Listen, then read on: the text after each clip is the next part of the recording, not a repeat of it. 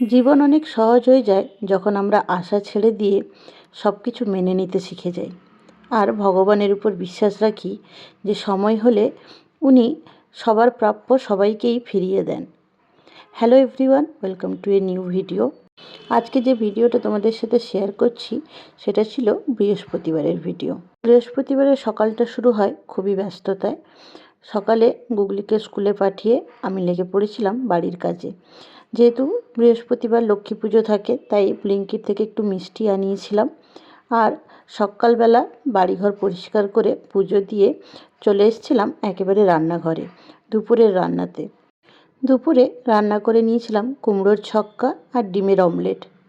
লাঞ্চটা প্রতিদিন আমি একাই করি রবিবার ছাড়া, তাই খুব একটা সবজি করি না, ওই এক দুটোই করি যেহেতু বর আর মেয়ে সকালে টিফিন নিয়েই যায়। লাঞ্চ সেরে গেছিলাম এক ফ্রেন্ডের বাড়িতে ওর সাথে দেখা করতে। এটা ওদের হাউস ওনারের ডগ। সারাক্ষণই এখানে থাকে আর এত চিৎকার করে যে আমরা ভয়ই পাই একটু। যাই হোক, ভেতরে গিয়ে অনেক আড্ডা দিয়েছি, গল্প করেছি আর অনেকটা সুন্দর সময় আমরা সবাই মিলে কাটিয়েছি। আজ এটুকুই। সবাই ভালো থাকবে। Follow for more.